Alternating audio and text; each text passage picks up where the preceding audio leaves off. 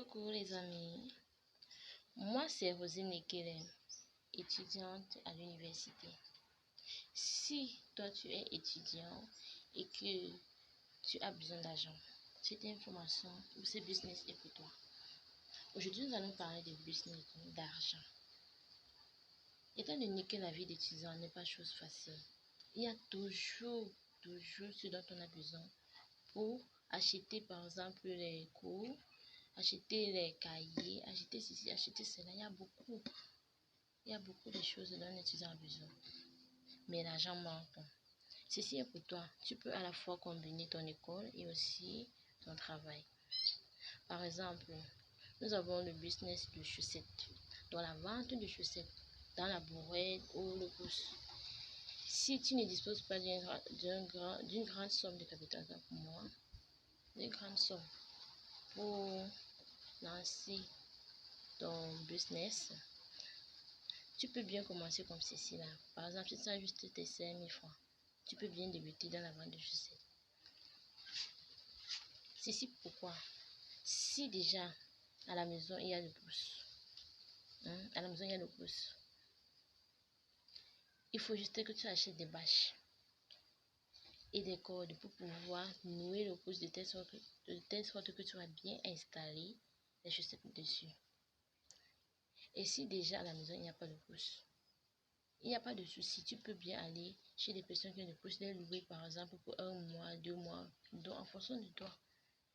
Puisqu'il y a certains qui payent la journée à 500. Non, ils louent le pouce la journée à 500, d'autres 700, donc ça varie en fonction des personnes.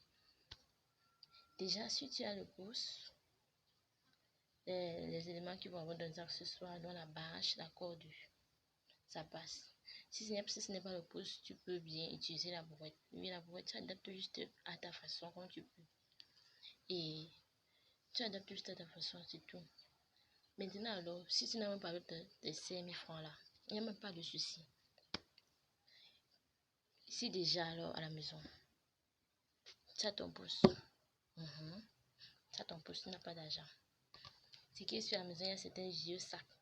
Tu nettoies juste ces sacs-là. Tu mets sur le pouce. Tu cherches certains cordes. Tu attaches juste le pouce avec. Donc tu arranges ça comme tu peux. Ça peut soutenir ta marchandise lorsque tu vas mettre. C'est tout.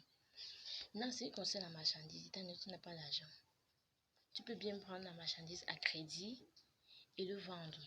Dès que l'argent du capital sort, tu rembourses. Maintenant, le bénéfice, tu gardes. Tu cotises ce bénéfice jusqu'à ce que ça sorte l'argent, par exemple, d'un seul ballon de chaussettes. Donc, déjà que tu puisses acheter toi-même ta propre marchandise sans plus dépendre de quelqu'un d'autre. Juste ceci.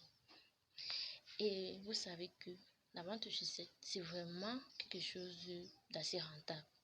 Lorsque tu te mets à fond, ça va bien. Et la vente de chaussettes, c'est un truc qui passe toute l'année, toute l'année, puisqu'on a toujours besoin de porter des chaussettes. Toujours et toujours, quoi qu'on fasse. Quand on t'habille déjà là, est-ce que tu portes ta tennis? D'office, il me faut une chaussette qui va passer à l'intérieur. Si tu n'as pas de chaussette, tu vas l'acheter.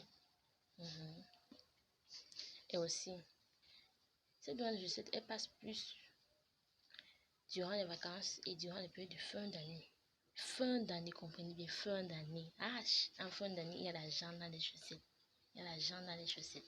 Ce n'est même pas la blague. Il y a l'argent dans les chaussettes. Surtout les Chinois, puisqu'on a les chaussettes fripées, on a les chaussettes chinoises. Et les Chinois, ce sont les chaussettes qui brillent, donc qui attirent vraiment la clientèle, là, ce qui brille à fond. Surtout les gens qui aiment la chaudeur, là. Ça c'est pour eux. Ils vont t'acheter ça. Il y a les gens qui aiment les chaussettes de marque. Et c'est surtout dans les Chinois qu'on trouve cela. Oh, la friperie, c'est aussi là. Mais les deux passent. Mais en fin d'année, si tu veux vraiment gagner dans les chaussettes, cherche surtout les Chinois. Hormis de cela, nous avons aussi le travail de test. Oui, c'est quelque chose que tu ne peux pas faire constamment si tu le veux. Mais bon, étant donné que tu fréquentes, tu peux bien gérer les deux. Donc l'école et le boulot de test.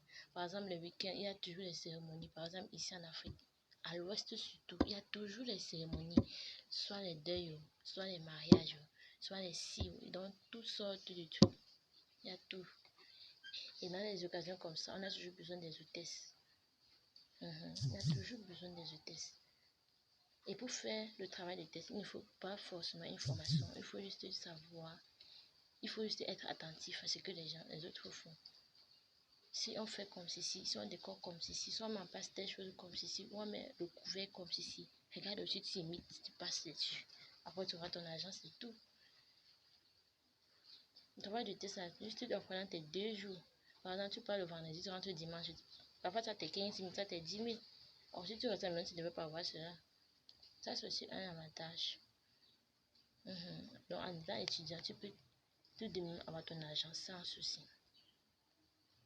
Eh bien, si ce que je vous ai dit vous a plu, veuillez vous abonner à ma page et activer la cloche de notification pour de temps en temps recevoir les informations concernant ce thème.